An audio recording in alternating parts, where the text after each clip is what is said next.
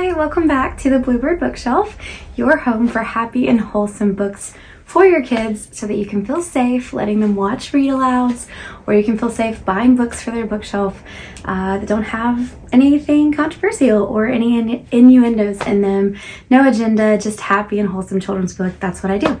So this video is a little bit difficult for me to make because it's about a really controversial topic in some ways, but I'm a big believer that the best way to have a difficult conversation is just to have it. So today we're going to talk about my background in teaching and my public school career, why it ended mostly, why I left the public school system, and what I'm doing now. So hopefully this video gives you a little insight into who I am, and it'll help you understand the kind of books that I'll be selecting to read aloud. Okay, so let's start at the very beginning. So a little bit about me. I went to school to get a degree in early childhood education, and I truly had the best education possible. We learned about reading science. Yes, reading science is the science of reading is an actual thing. We learned about morphology and phonology and syntax and semantics and how all of those things go into creating great children's books that help them become better readers. My professors were very, very, very invested in literacy and teaching children to be good readers. So I learned a lot of that from them. My favorite professor, Dr. Kuby, she taught me a lot about the importance of reading. But one of the things that I remember about Dr. Kuby is that she was extremely fun, and she was cool, and she had a great relationship with us as adults. But I remember watching her in a classroom once and realizing that her presence with children was magical. And she was very determined to keep childhood magical. Even though she was cool and fun and she had a great personality with adults, when she was with kids, it was pure magic. And the books that she selected to read to them were just that. They were magical. She believed that literature had a place for teaching about difficult concepts and societal norms and changing things in society, for sure. But she also believed that parents were the only people who had a right to introduce concepts like that to their kids, and that schools should stay out of it. And I loved that about her. When we would go to classrooms, she would come with us, and the kids just were enamored with Dr. Kuby because she was magical, and she gave them space or room or permission to just be kids. And I carried that with me into my teaching career, that same concept that parents were the most important people in their kids' lives. They were the gatekeepers of their home, and that my job as a teacher was simply to support their efforts in raising their child. And it wasn't for me to be, a guiding force in their faith or in their belief system or in their ideologies. So that was me going into teaching when I was 21. So I was so young back then, but and it's interesting, when I started teaching, I worked with a lot of teachers who felt the exact same way. So that was 14 years ago. Teachers who were magical. Sherry Platt, if you ever watch this, I want you to know how much I love you and how much you influenced me as a teacher. But it's interesting how things began to change very quickly, and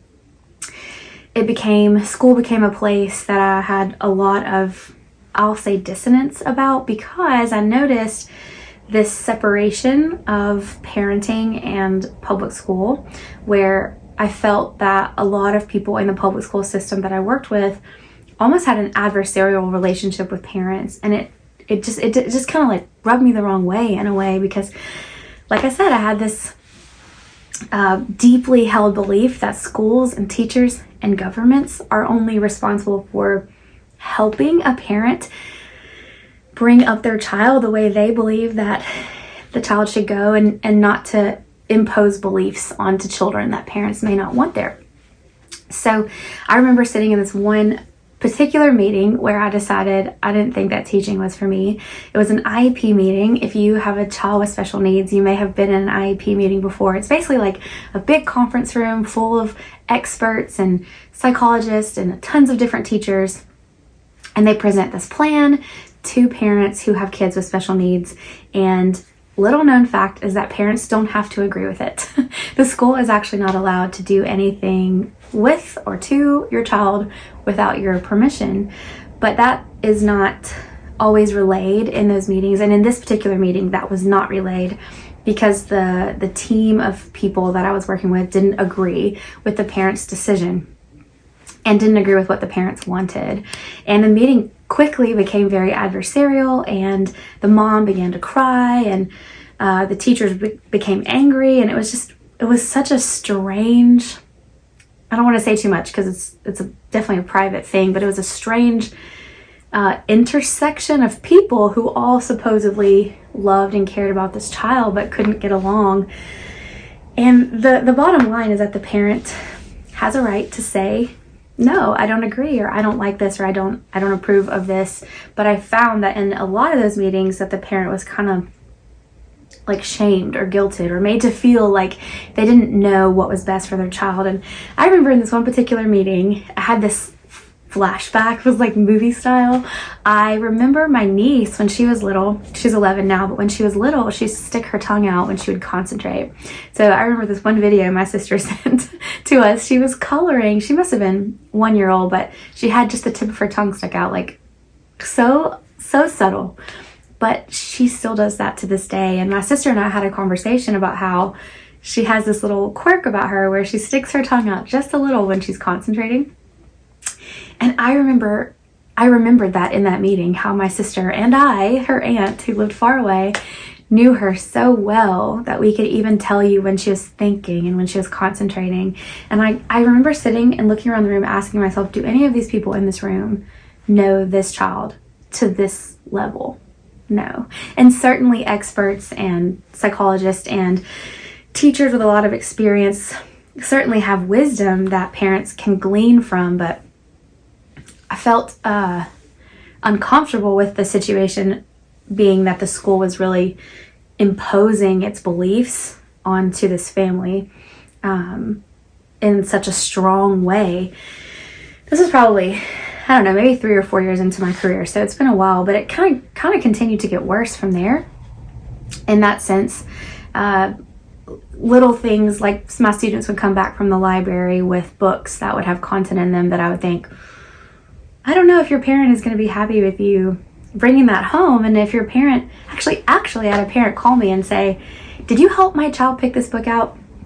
And this one particular book, it was about a student that was changing genders into a different gender. And the mom said to me, I'm not ready for my child to know about these things yet. Certainly they can know about this eventually, but right now I'm just trying to teach them math.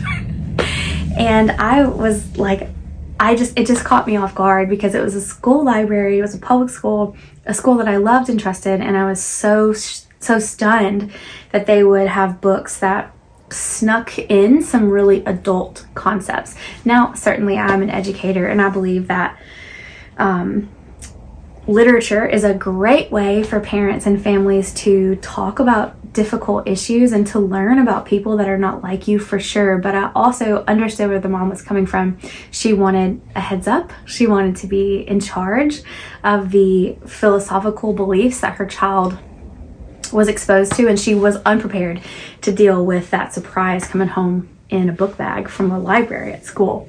So those kinds of tensions just kind of grew increasingly, and I felt myself become, I guess you could say, hardened to parents in a way, and I hate to say that, but I did. I sort of started to feel like, it's a public school, what do you expect? Kind of like resigned to the fact that when you go to a public school, your child's going to be exposed to all different kinds of things, which is true. Your child is going to be exposed to all different kinds of people, but I was starting to lose that sense of, like, my job as a school employee isn't to impart those things on your child. I just felt like it is what it is, kind of with my hands thrown in the air. So I had a conversation with probably my favorite administrator I've ever worked for. Her name was Amber Norris. I hope you watch this, Miss Norris. I love you so much. I asked her, what do you think separates a good teacher from a great one? And her answer was just, it like stopped my heart. She said, humanity. A great teacher never loses sight of humanity. No matter how many tough meetings they have, no matter how many tough parents they have, no matter how hard the job is before them, they don't see their students as little empty shells to dump information into, but they remain in touch with the humanity of childhood. And I don't know, y'all, that just like stayed in my heart, the humanity of childhood. And I started to really think about that in terms of the way that kids were being treated, the information that was being put into their minds. And I don't know, I have this like burden to keep childhood magical, and that thing that I learned in college has never left me. And so I ended up leaving elementary school to teach high school. Well, I took a break for a while. I went to work in the corporate world. Missed teaching so much, and I went to teach high school, but it was just exactly the same. It was a lot of, well, that's just how it is. You know, high school kids are into all kinds of things, so we should read about these things in books because they don't like to read. So if we give them something that's like what they're currently living, then, you know, they'll be interested in it. Here's a book, for example, that was really popular at my school. The library had tons of copies of it. It was called The Hate You Give. And I remember all the kids wanted to read it as a class. I talked about another read aloud story in my first video if you want to know about that one. That was a huge catalyst for change. But this particular book I was really interested in reading because it was about social justice and civil rights and some issues that our country is facing today. And I decided after that experience that I talked about in my last video that I would pre-read this book before just reading it aloud to the class. And I couldn't get past 10 pages. The language was just atrocious. The way the kids spoke to each other was ghastly. The drugs, the inappropriate behavior between teenagers, the violence. I mean, it was just like... And I went back to school after I read 10 pages and I was like, we cannot read this to our classes. And the teachers that I worked with at the time were like, why not? That's how they live anyway. And I remember thinking, okay, but this isn't wholesome. They might live this way, but what if we showed them a different way to live? And by this time they're high schoolers, so it's kind of like the inverse of what I was doing with my kids. With my younger students, I was trying to keep their childhood intact and not expose them to adult themes. But with my high school kids, kind of the same thing. I felt like even if they are watching this on TV or even if they are exposed to these kinds of things, maybe showing them goodness and happiness and joy in literature will give them something to aspire to instead of showing them, you know, gangs and drugs and, you know, it just goes on and on. The list goes on and on. So in a sense, that's why I quit teaching high school as well. The culture just became a place where I felt like parents' rights were not valued and respected. I live in Florida, so perhaps if you've seen on the news, there's a bill that the media has deemed Don't Say Gay. I'll just be very honest with you. I'm a big fan of that bill because it's not what you think. Don't click off yet. Listen to me. In high school, and I did experience this in my high school, in high school, the schools were allowed to put children in counseling without the parents' consent. And they were allowed to prevent parents from knowing that the child was in counseling if it pertained to gender transition or anything like that. So let's say your child was 14 or 15, any age, high school age, they could go to school, they could say, hey, I don't want to be this gender anymore, I want to be a different gender, and the school was providing clothes of a different gender. They were providing counseling, professional counseling, and other services, and they were not required to tell the parents that the child was in counseling. And I'll just be very frank with you, I took a big issue at this because I don't think anything should happen at a public school that is off limits for a parent to know about. And it disturbed me so much that kids were being put into professional counseling without, like, in secret, literally in secret. And it just disturbed me. That's the only word that I can use to describe it, because I still had that deep-seated belief that the parents are the gatekeepers of their home. And even if your child is in high school, I don't think anything should be going on at school without the parents' knowledge. It just seems dangerous to me that somebody somewhere thought of a law and was like, this is a great idea. Let's make this counseling a secret from parents so they can't know about it. It seemed very dangerous to me for schools to have that kind of power over a child in secret from their parent. You can probably figure out why. And so I just became really disheartened about public school and actually left public school. I am a writer now for another company that I love. I'm super happy doing that. But my heart for childhood and for goodness and for wholesome literature has never left me. And so that's the kind of the catalyst for the Bluebird bookshelf to come to life on the internet. It was a real place in my classroom where kids could go and find books that were happy and wholesome, but now it's come to life on the internet because, you know, when I was a teacher, I believed that parents were the gatekeepers of their home and that schools and libraries and teachers should not impart philosophy or religion or politics onto someone's child, but that community has grown with the internet. So now it's not just schools or teachers that can impart information onto a child. It's now the internet that can impart things onto children. And I have a passion for helping parents do that themselves and to support parents with whatever goals they may have for their child. Part of that being you should be able to turn on YouTube on TV and put on some read alouds and not worry what content is going to be there. Certainly you have the right to teach your child whatever political, religious, philosophical, societal, whatever, left, right, Democrat, Republican, whatever you want to teach your child, you certainly have the right to do that.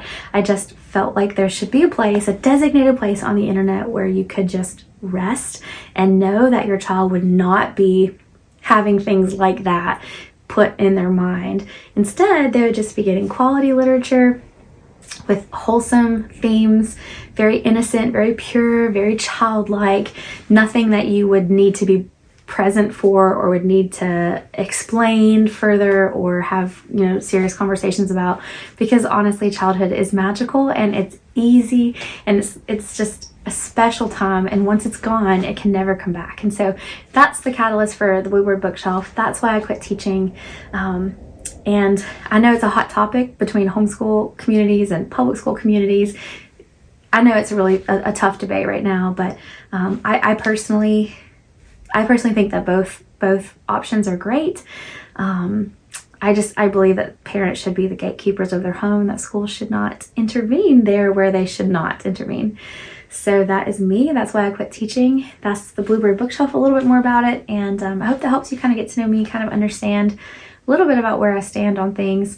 I'm making these intro videos just to have on my channel, but I won't be talking politics or religion or anything like that in the future. I just wanted to be clear on what is wholesome to me, and that is no sexuality, no gender transition, stuff like that, no politics, honestly no religion. I am a person with deep political beliefs and religious convictions, but like I said, that's not the place. This is not the place for that. So my books are not political in nature, so if you are on the left or on the right or somewhere in the middle, it doesn't matter. You're not going to read anything about that here. My books are not religious in any nature. Not my books. The books that I choose are not religious, so they're not Christian, they're not Jewish, they're not Muslim, they're just not any of that. So it's just wholesome and happy books for kids. That's what it is. You won't find anything about social justice or you know, just nothing that's an adult topic. I really believe in keeping childhood magical and leaving all of that other stuff up to the grown-ups. So that's what you'll find here. That's why I left the public school system, and that's what brought me to you. So I hope that you'll find some value in that. Happy to answer any questions that you have or chat with you more about it if you want to. Talk to you later. Bye.